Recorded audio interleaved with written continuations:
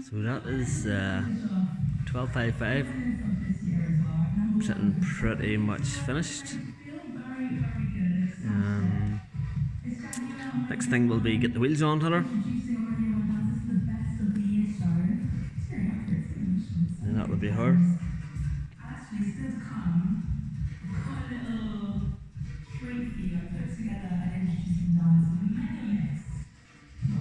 It's not looking too bad.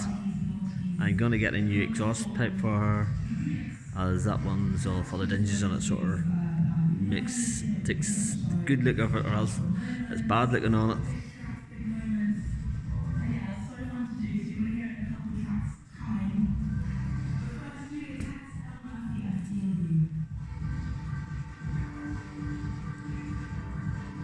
All the boats in round the mud yards over. There's the cat coming to visit me. Still got the rams to put on the back window, as I can't get it opened where she's sitting at.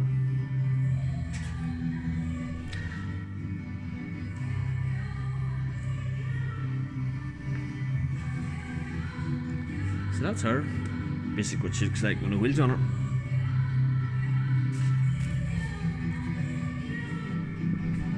A few more things to get for her.